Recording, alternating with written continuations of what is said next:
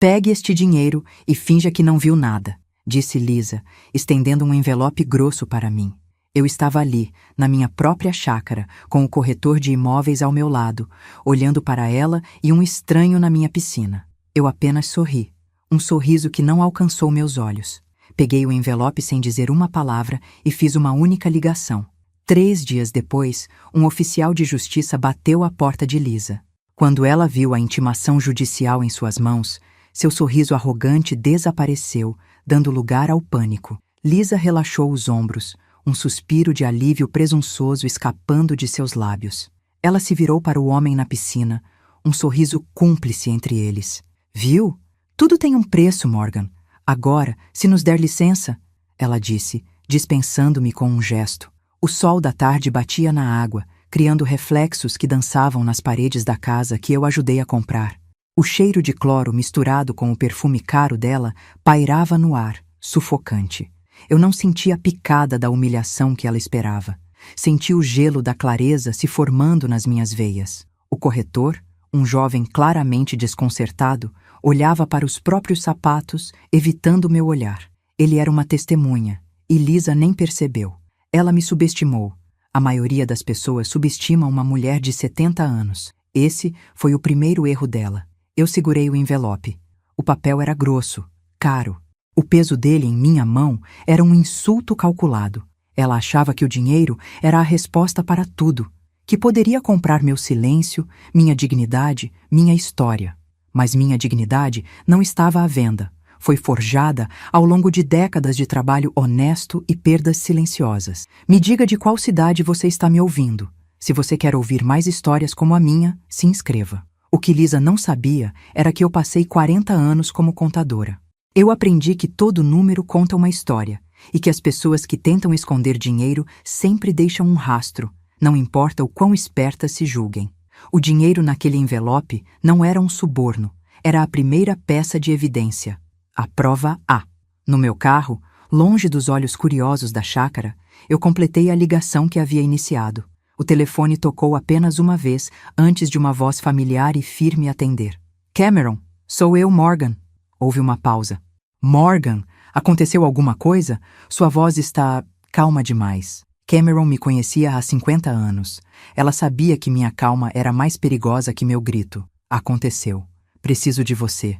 Não como amiga, como a melhor advogada da cidade. Outra pausa, mais curta desta vez. O que ela fez desta vez? Perguntou Cameron, sem precisar que eu dissesse o nome de Lisa. Ela cruzou uma linha que não tem volta e me deu as provas. Eu descrevi a cena, o homem, o envelope. Minha voz não tremeu.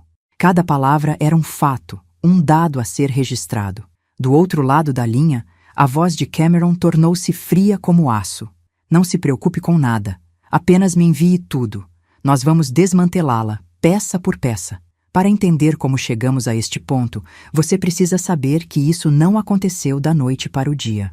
A traição de Lisa não foi um ato isolado, mas o capítulo final de uma longa e dolorosa história de manipulação e desrespeito. Tudo começou com o meu amor incondicional pelo meu filho, Daniel, e com os sacrifícios que eu e meu falecido marido, Alex, fizemos com alegria para garantir que ele tivesse a melhor vida possível, uma vida que nunca tivemos. Nós demos a ele o mundo, ou pelo menos a nossa pequena parte dele, construída com suor e economia.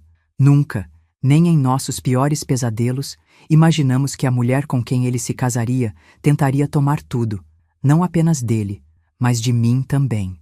Deixe-me contar como tudo começou, com amor, esperança e um cheque de $110 mil que mudou o curso de nossas vidas para sempre. Eu não venho de dinheiro ou de nome. Meus pais tinham uma pequena mercearia numa rua tranquila, onde o cheiro de grãos de café e pão fresco era o perfume da minha infância. Eles trabalhavam de sol a sol, com as mãos calejadas e sorrisos cansados. Meu pai me ensinou a dar um troco exato sem precisar de máquina, e minha mãe me ensinou que a confiança de um cliente valia mais do que o lucro de um dia. A lição mais importante que aprendi naquele balcão de madeira gasta foi simples. A sua palavra e a sua dignidade são as únicas coisas que ninguém pode tirar de você. Lisa nunca entenderia isso, porque ela nasceu acreditando que tudo, inclusive a dignidade, tinha um preço. Ela estava prestes a aprender o contrário. A vida nunca foi fácil. Lembro-me de noites em que a janta era mais rala, porque as vendas foram fracas, ou de usar sapatos com papelão na sola para durarem mais um mês. Essas dificuldades não me tornaram amarga. Elas me tornaram forte. Elas me ensinaram o valor de cada centavo ganho com suor e a importância de planejar o futuro. Enquanto outras meninas sonhavam com festas, eu sonhava com a segurança de uma conta bancária equilibrada, um futuro onde o medo não bateria à porta junto com as contas. Essa disciplina, essa necessidade de olhar para a frente e prever os problemas, tornou-se a espinha dorsal da minha existência. Era uma armadura que eu não sabia que precisaria usar contra a minha própria família. Essa origem humilde é a razão pela qual eu não quebrei quando Lisa me estendeu aquele envelope. Pessoas como ela veem a gentileza como fraqueza e a idade como senilidade. Elas não conseguem conceber que uma mulher de 70 anos, que passou a vida inteira sendo subestimada, pode ter a paciência de uma caçadora e a mente afiada de uma estrategista. Meus pais não me deixaram uma herança em dinheiro, mas me deixaram algo muito mais valioso: a resiliência para aguentar o golpe e a inteligência para saber exatamente quando e como revidar. E o primeiro passo para isso foi a carreira que escolhi, uma que me ensinou a encontrar a verdade escondida por trás de mentiras bem contadas. Eu me tornei contadora. Não é uma profissão glamourosa, eu sei. Não há aplausos nem holofotes, mas para mim era a coisa mais próxima da magia que eu poderia encontrar. Por 40 anos, eu me sentei em mesas repletas de papéis, extratos e livros-caixa. Eu aprendi a linguagem secreta dos números, como eles podiam cantar uma canção de prosperidade ou sussurrar um aviso de desastre iminente. Cada débito e cada crédito contava uma história. Meu trabalho era ouvir essa história e garantir que ela fosse verdadeira. Eu não lidava apenas com dinheiro, eu lidava com a verdade. E eu me tornei muito, muito boa em separar uma da outra. A lição mais importante que 4 décadas de contabilidade me ensinaram foi esta: as pessoas mentem, mas os números não. Eles podem ser torcidos, escondidos, disfarçados, mas no final, eles sempre se equilibram. Um desvio aqui, uma despesa inflada ali, sempre há um rastro. É como um fio solto num suéter perfeitamente tricotado. Você só precisa saber onde procurar e ter a paciência para puxá-lo.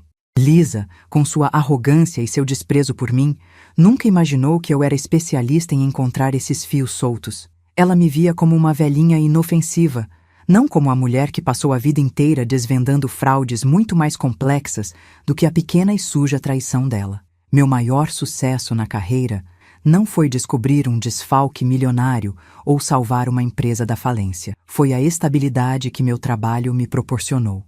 A segurança que me permitiu construir uma vida e, eventualmente, conhecer o homem que deu sentido a todos aqueles números. Alex não era um homem de grandes gestos ou palavras extravagantes. Ele era quieto, observador, com um par de olhos gentis que pareciam ver diretamente a minha alma. Ele era a única pessoa cujo balanço pessoal sempre fechava, sem dívidas emocionais ou ativos ocultos. Ele era simplesmente verdadeiro.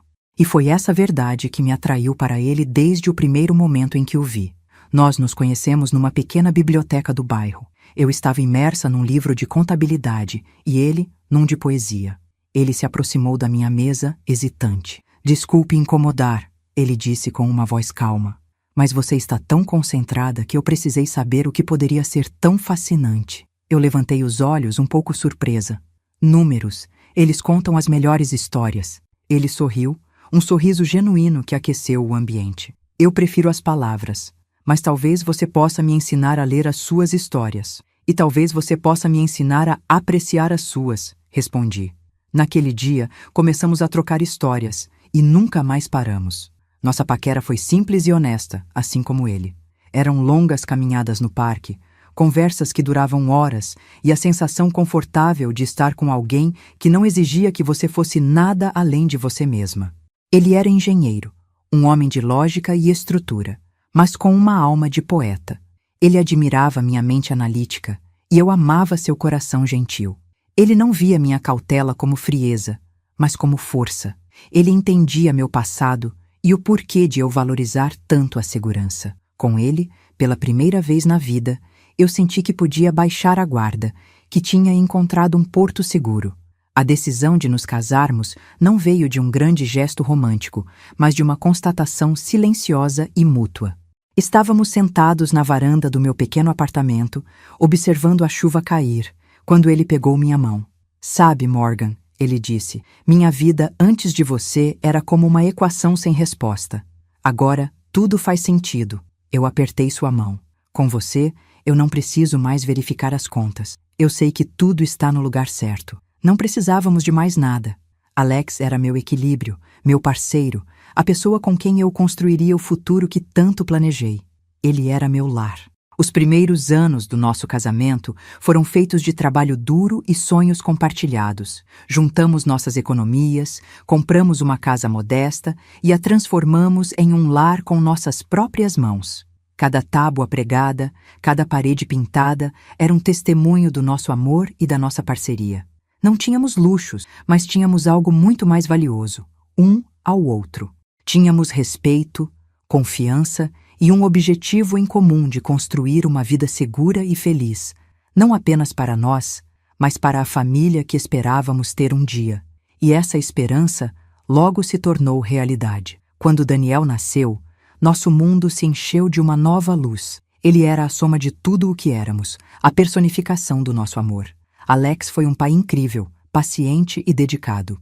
Ele passava horas montando trens de brinquedo no chão da sala ou ensinando Daniel a olhar as estrelas com um pequeno telescópio. Eu cuidava das finanças, do planejamento, garantindo que nosso filho tivesse todas as oportunidades que nunca tivemos. Éramos uma equipe, Alex e eu. Ele era o coração, eu era a espinha dorsal da nossa família. E por muitos anos vivemos uma felicidade tranquila e completa. Lembro-me perfeitamente do nosso 30º aniversário de casamento. Estávamos sentados no jardim dos fundos da nossa casa, a mesma que vendi para ajudar Daniel. O sol estava se pondo, pintando o céu com tons de laranja e roxo. Alex me entregou uma pequena caixa. Dentro havia um relógio de pulso delicado, de ouro. "Para marcar todo o tempo bom que tivemos", ele disse, colocando-o no meu pulso, "e todo o que ainda virá." Aquele relógio se tornou meu bem mais precioso, não pelo seu valor material, mas porque simbolizava cada segundo da nossa vida juntos. Era o símbolo da nossa parceria, da nossa história. 5 anos atrás, essa história teve um fim abrupto. O câncer chegou silencioso e devastador. Alex lutou com a mesma dignidade com que viveu, sem nunca reclamar, sem nunca perder a gentileza nos olhos. Vê-lo definhar foi a auditoria mais dolorosa da minha vida, um balanço que eu não conseguia fechar. Quando ele se foi, o silêncio que ficou na casa era ensurdecedor. O tic-tac do relógio no meu pulso era a única coisa que me lembrava que o tempo continuava a passar, mesmo que o meu mundo tivesse parado. A dor era um peso constante no meu peito, uma dívida que eu nunca conseguiria pagar.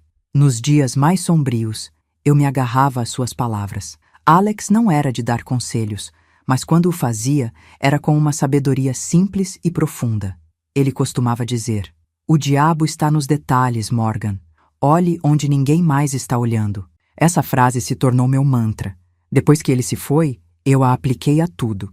Organizei suas coisas, paguei as contas finais, lidei com a burocracia da morte, tudo com uma precisão meticulosa. Era a minha forma de honrá-lo, de manter sua lógica e sua calma vivas dentro de mim.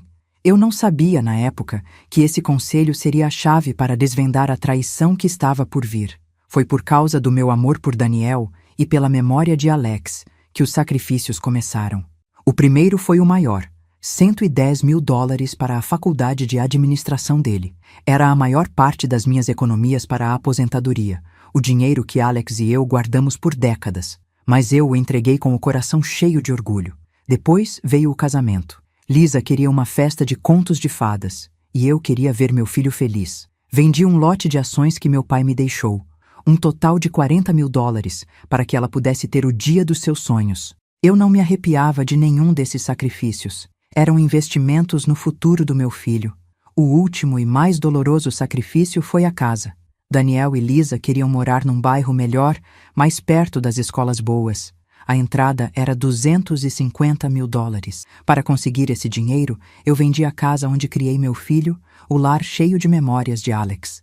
Mudei-me para um apartamento pequeno e entreguei a eles o cheque. No total foram $400 mil do meu futuro, da minha segurança, da minha história, entregues de bom grado. Eu fiz tudo por amor. E parada ali, na beira daquela piscina, com o amante dela e um envelope de dinheiro sujo na minha mão, eu finalmente entendi como eles escolheram me pagar. Depois de vender a minha casa, a princípio, tudo parecia ter valido a pena. Daniel e Lisa se mudaram para o novo lar, e a gratidão deles era palpável. Havia jantares semanais, telefonemas diários e a sensação de que eu tinha feito a coisa certa. Lisa me chamava de mãe, me abraçava com um calor que parecia genuíno e sempre pedia minha opinião sobre a decoração da casa nova. Eu me sentia parte da vida deles, uma peça importante na felicidade que eu havia ajudado a construir. Eu via o sorriso no rosto do meu filho e pensava que cada centavo, cada sacrifício, tinha sido um investimento no seu futuro. Naquela época, eu acreditava que éramos uma família de verdade, unida pelo amor e pelo respeito mútuo. Os primeiros meses foram repletos dessa harmonia. Eu os ajudava com os netos, eles me convidavam para todos os eventos. Lisa até me pediu para ensiná-la a fazer a lasanha de Alex, dizendo que queria manter as tradições da família vivas. Tudo parecia estar bem no início. Eu me sentia valorizada, amada. O pequeno apartamento para onde me mudei não parecia um rebaixamento, mas um ninho aconchegante de onde eu podia observar, com orgulho, a vida que meu filho estava construindo.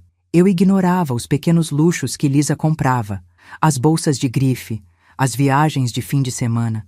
Eu dizia a mim mesma que eles mereciam, que estavam apenas aproveitando os frutos do nosso esforço coletivo. A felicidade deles era a minha, ou pelo menos era o que eu acreditava. O primeiro sinal de que algo estava errado foi quase imperceptível. Durante um jantar, eu mencionei casualmente que estava pensando em investir uma pequena quantia que me restava. Lisa, que estava rindo de uma piada de Daniel, parou subitamente. Seu sorriso vacilou por uma fração de segundo e ela me olhou com uma intensidade estranha. Investir?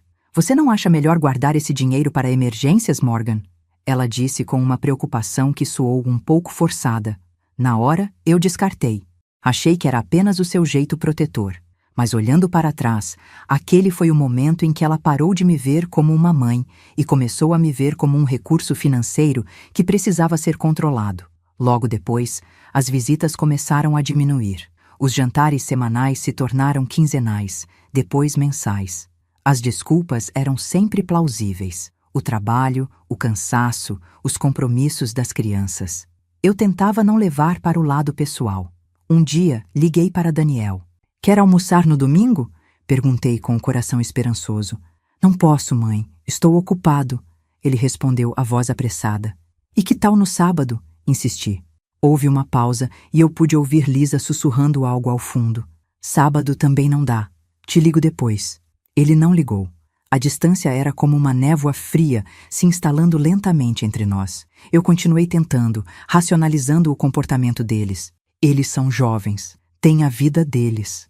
Eu dizia a mim mesma enquanto olhava para o telefone silencioso. Eu me convencia de que a ausência deles não era um reflexo do meu valor, mas simplesmente uma consequência da vida moderna e agitada. Eu me agarrava às memórias dos primeiros meses na casa nova, à imagem da família feliz que parecíamos ser. A dúvida, no entanto, era uma semente teimosa. Ela começou a brotar no silêncio dos meus fins de semana solitários, crescendo a cada ligação não retornada, a cada convite que nunca chegava. Eu estava começando a sentir um calafrio, que não vinha do tempo lá fora. O tratamento frio veio em seguida, e era impossível de ignorar. Quando eu finalmente conseguia vê-los, Lisa estava sempre presente, agindo como um filtro entre mim e meu filho. O tom dela se tornou formal, quase polido demais. Ela respondia por Daniel, gerenciava o tempo dos meus netos como se fossem executivos com a agenda lotada. Posso ver as crianças? Perguntei um dia ao passar por lá. Eles estão fazendo o dever de casa, respondeu Lisa, bloqueando a porta. Eu posso ajudar? Comecei a dizer. Nós damos conta. Ela me cortou com um sorriso que não alcançava seus olhos. A porta da casa que eu ajudei a comprar estava, metaforicamente, sendo fechada na minha cara. Eu percebi o padrão. As visitas eram curtas, superficiais e sempre supervisionadas por ela. Tentei falar com Daniel a sós, mas ele parecia sempre evasivo, desconfortável. A confusão dentro de mim crescia. Será que eu tinha feito algo errado? Dito algo que os ofendeu? A incerteza era um tormento, uma névoa que me impedia de ver a verdade. Eu estava sendo gentilmente, mas firmemente, empurrada para fora da vida deles, e eu não conseguia entender o porquê. Cada tentativa de aproximação era recebida com uma barreira invisível, mas impenetrável, erguida por Lisa. Então, o gaslighting começou. Era sutil no início, pequenas coisas. Mãe, mas você prometeu que cuidaria das crianças na sexta, dizia Daniel ao telefone.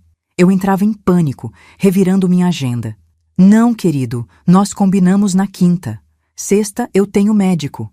Ele suspirava. Lisa disse que era na sexta. Você deve ter se esquecido. Eu comecei a duvidar de mim mesma. Talvez eu estivesse ficando esquecida. A idade chega para todos, afinal. Mas os incidentes se tornaram mais frequentes e mais graves, sempre me colocando na posição de quem estava errada, confusa, perdendo o juízo. A pior vez foi quando confrontei Lisa sobre um acordo financeiro que tínhamos feito. Mas você prometeu que começaria a me devolver parte do dinheiro da casa este mês, eu disse, com a voz calma, mas firme. Ela me olhou com uma expressão de pura inocência. Eu nunca disse isso, Morgan. Sim, você disse. No jantar, você e Daniel... Comecei. Você está confusa. Isso nunca aconteceu. Ela me interrompeu. Eu me lembro claramente. Insisti. Foi então que ela desferiu o golpe. Sabe, talvez você devesse consultar um médico sobre sua memória. Estamos preocupados com você. Naquele momento, eu senti o chão desaparecer sob os meus pés. A confiança que eu tinha na minha própria mente, a mente afiada de contadora que nunca me falhou, começou a ruir. Eu passei a anotar tudo em um caderno.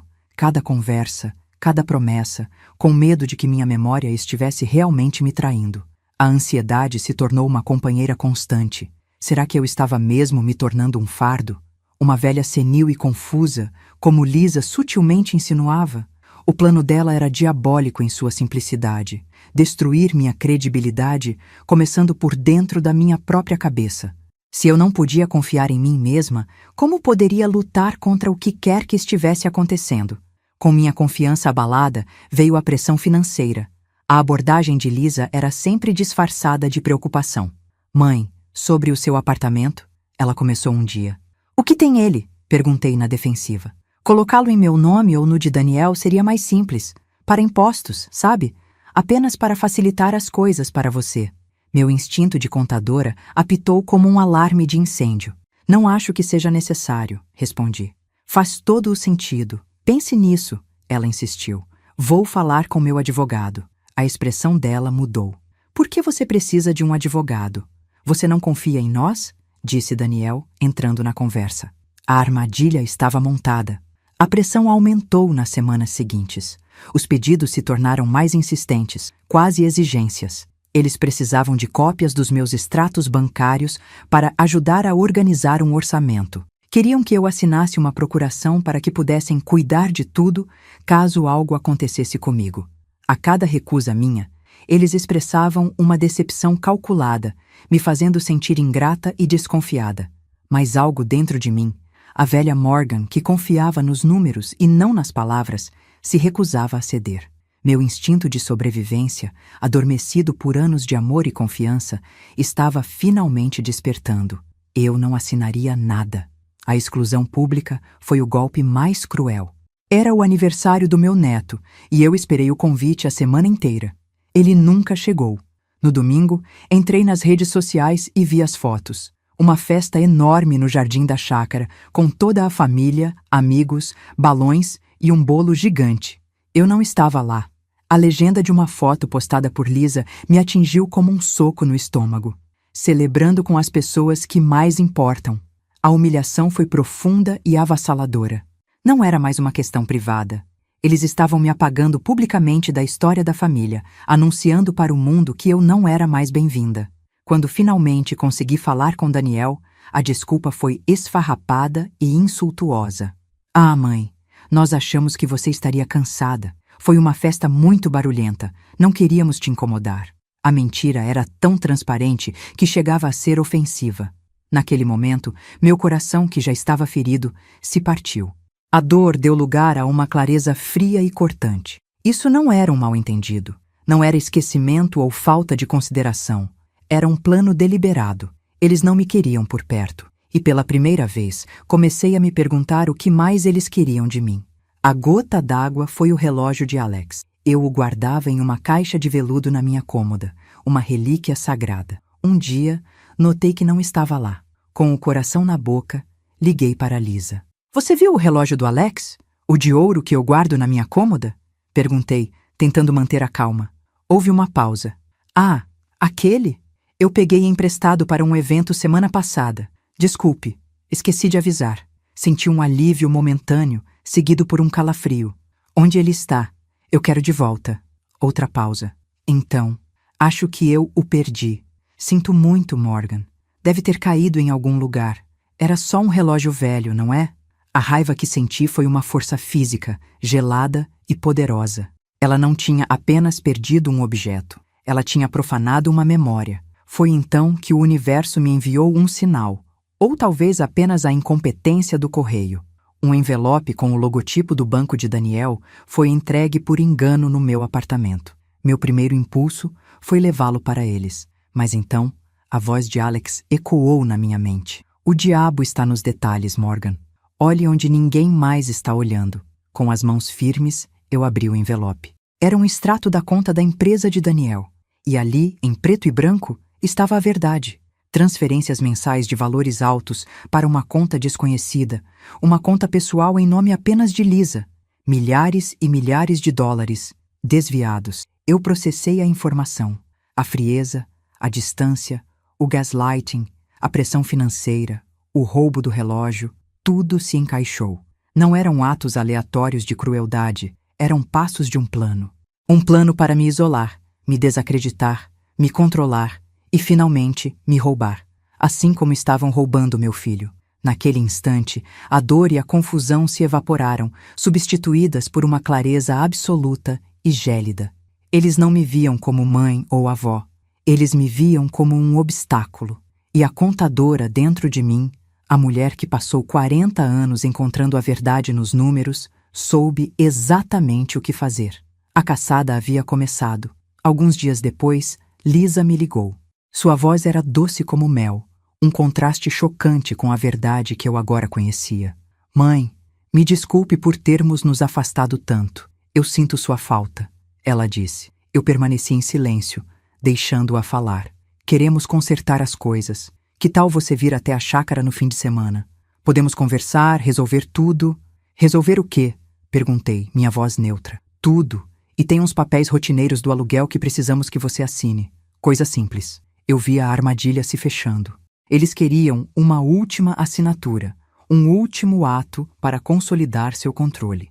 Claro, respondi. Eu estarei aí. E foi assim que acabamos naquele momento à beira da piscina. A falsa reconciliação era o pretexto para me levar até lá, para que eu visse o corretor de imóveis e entendesse que eles estavam vendendo a chácara. Eles queriam me intimidar, me fazer sentir impotente.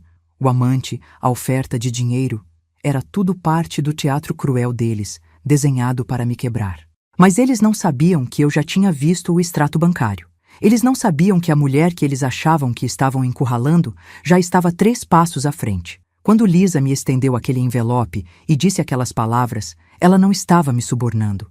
Ela estava me entregando a última peça do quebra-cabeça. O envelope que Lisa me deu estava sobre a mesa da cozinha, intocado. Mas não era nele que meus olhos estavam fixos. Era no outro envelope, o do banco, que o carteiro entregara por engano naquela manhã. Eu o tinha deixado de lado, pensando em devolvê-lo. Mas agora, depois da cena na chácara, as palavras de Alex ecoavam em minha cabeça com a clareza de um sino. O diabo está nos detalhes, Morgan. Olhe onde ninguém mais está olhando. Minhas mãos não tremeram quando peguei o abridor de cartas. O papel se rasgou com um som nítido no silêncio do meu apartamento. Dentro havia um extrato da conta da empresa de Daniel. Meu coração não acelerou. Ele apenas bateu com uma regularidade fria e pesada. Eu comecei a ler, e o mundo que eu conhecia começou a se desintegrar, linha por linha. A verdade estava ali, impressa em tinta preta sobre papel branco, fria e inegável. Não eram apenas transferências suspeitas, era um esquema meticuloso de desvio de fundos. 95 mil dólares, ao longo de 12 meses, movidos da conta da empresa para uma conta pessoal secreta em nome de Lisa. O nome do beneficiário de pagamentos de consultoria era o mesmo do homem que eu vi na piscina. E o pior de tudo, anexados ao extrato havia cópias de pedidos de empréstimo em nome da empresa, com a assinatura de Daniel visivelmente falsificada, um traço trêmulo tentando imitar sua caligrafia firme. Eles não estavam apenas roubando, estavam afundando o negócio dele em dívidas para financiar a fuga deles. Cada número era um prego no caixão do meu filho, e Lisa era quem segurava o martelo. Eu me recostei na cadeira. O cheiro do café esquecido na xícara encheu o ar. Não houve lágrimas, não houve um grito de raiva ou um soluço de dor. Em vez disso, uma calma gelada tomou conta de mim.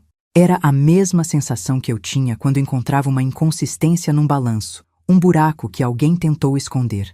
Minha mente, que por meses esteve nublada pela confusão e pela dúvida, clicou em foco. A contadora dentro de mim assumiu o controle. Cada emoção foi arquivada. Cada sentimento de traição foi convertido em um dado. Eu não era mais uma mãe de coração partido. Eu era uma auditora diante de uma fraude clara e descarada. E eu sabia exatamente quais eram os próximos passos para documentar cada centavo. Levantei-me e fui até minha pequena escrivaninha. Liguei a impressora multifuncional. Com a precisão de quem fez isso por 40 anos, escaneei cada página do extrato, cada assinatura forjada. Salvei os arquivos em um pendrive criptografado e enviei uma cópia para um endereço de e-mail seguro que criei para essa finalidade. Os originais, eu os coloquei em um envelope pardo, que depois guardei dentro de um livro grosso no fundo da minha estante. Eles pensaram que eu era fraca, uma velha senil que podia ser comprada com um maço de notas. Eles estavam errados. Eles não estavam lidando com a mãe de Daniel. Estavam lidando com Morgan, a contadora, e a auditoria estava apenas começando. Com as cópias espalhadas sobre a mesa, comecei a cruzar as informações. As datas das maiores transferências coincidiam perfeitamente com os piores incidentes de gaslighting.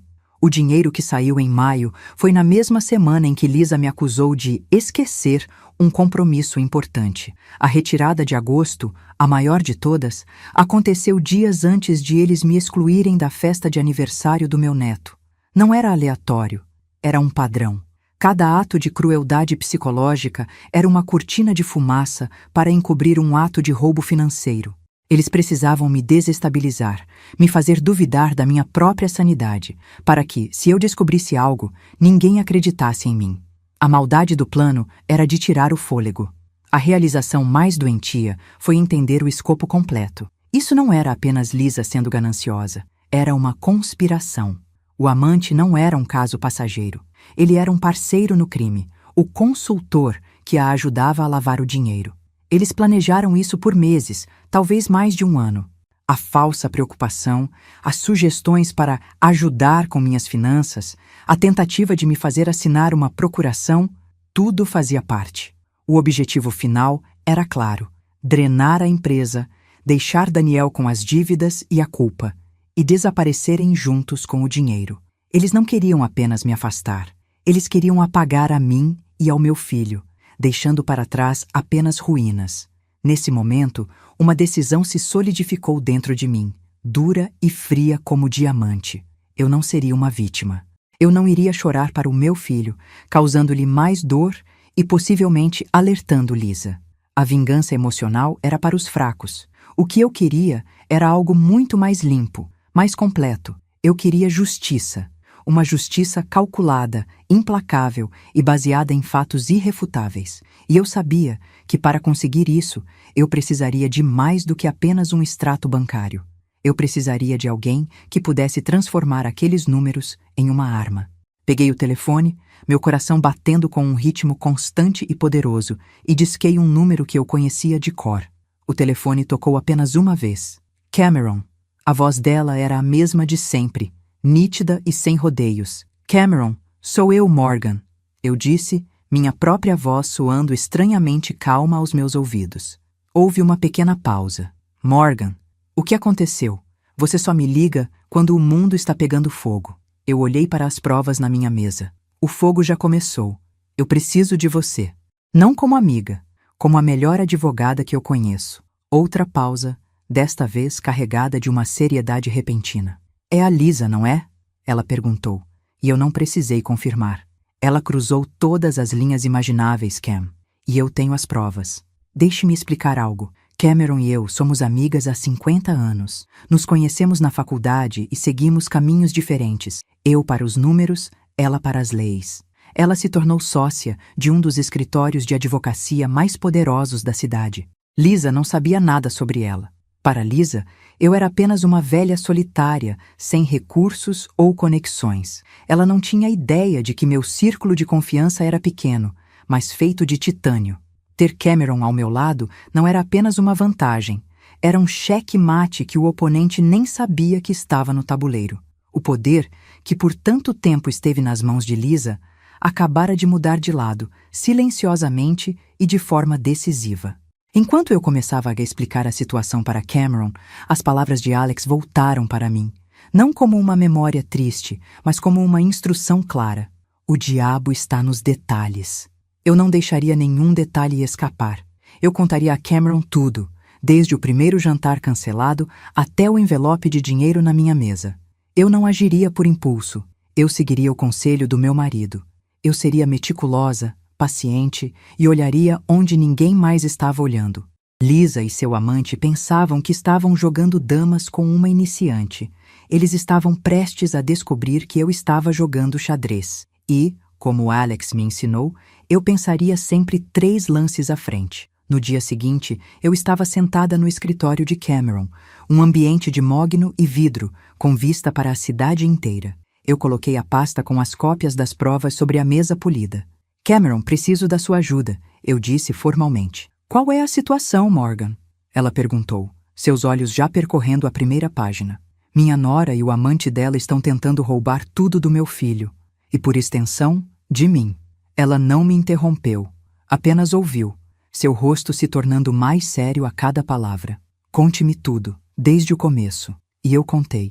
Quando terminei, Cameron fechou a pasta lentamente. Ela me olhou e não havia compaixão em seus olhos, mas sim a avaliação fria de uma predadora.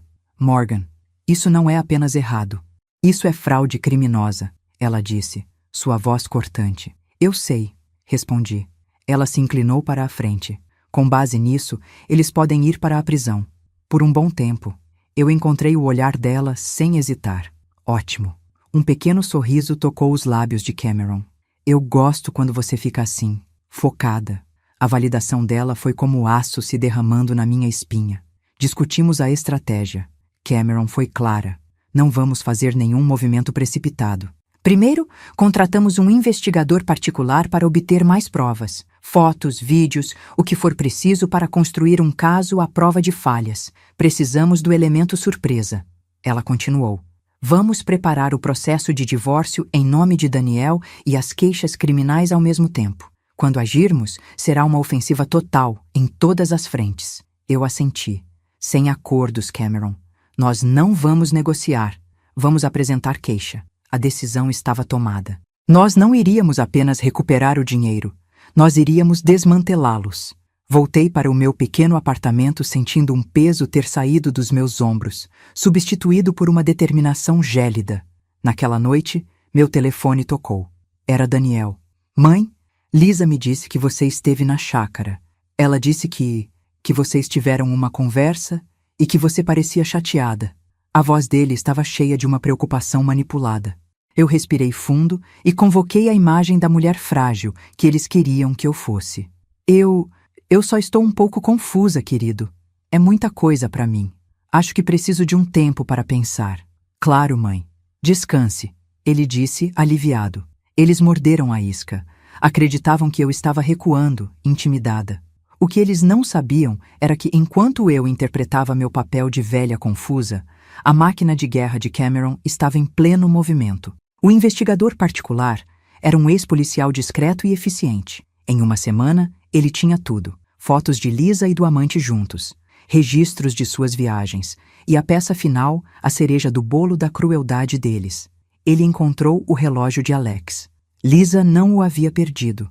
Ela o havia dado de presente ao amante. O investigador o encontrou em sua mesa de cabeceira e conseguiu uma foto clara.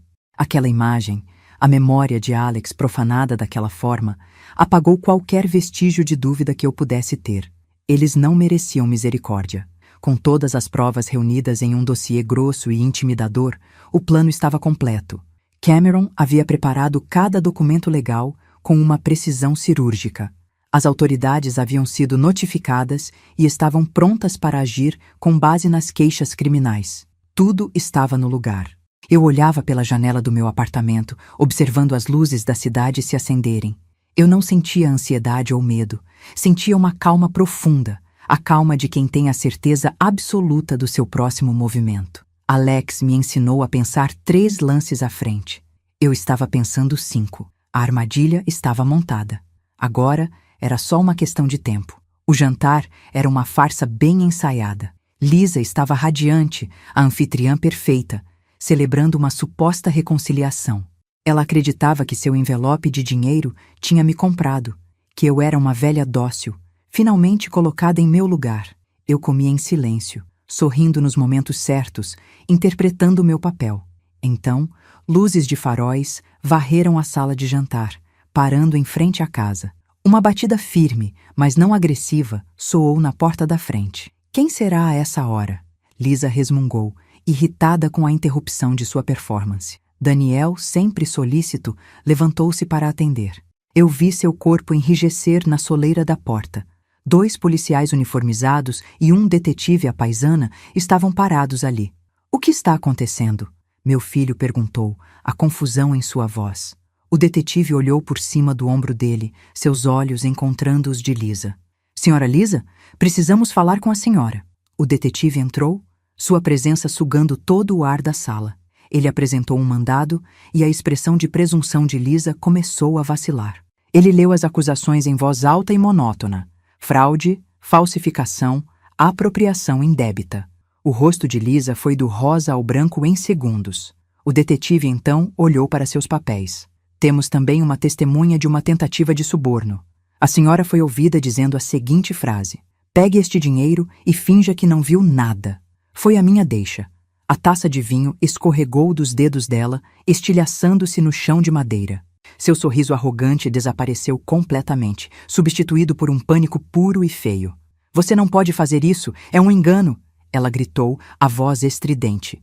O detetive não vacilou. Na verdade, nós podemos. A senhora está presa por fraude.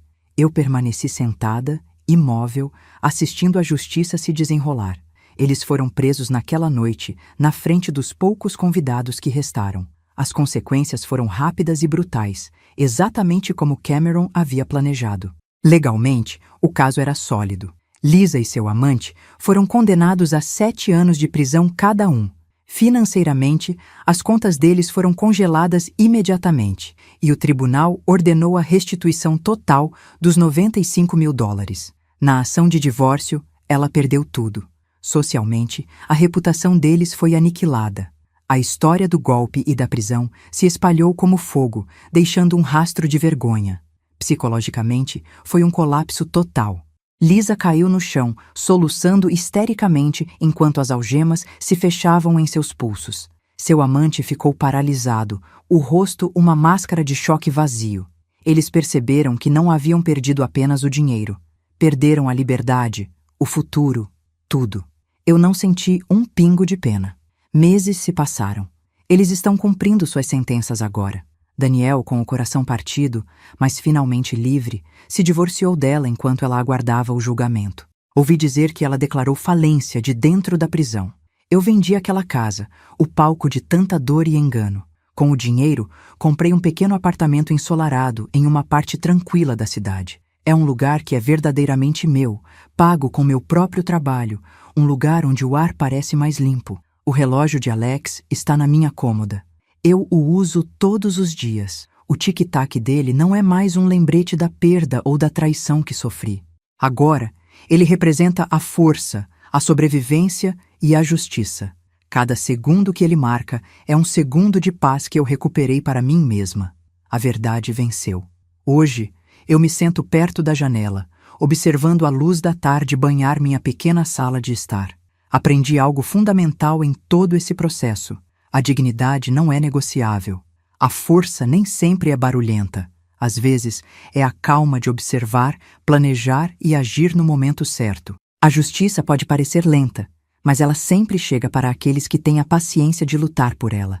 Às vezes, olho para a foto de Alex na minha estante. Eu fiz o que você me ensinou. Eu sussurro.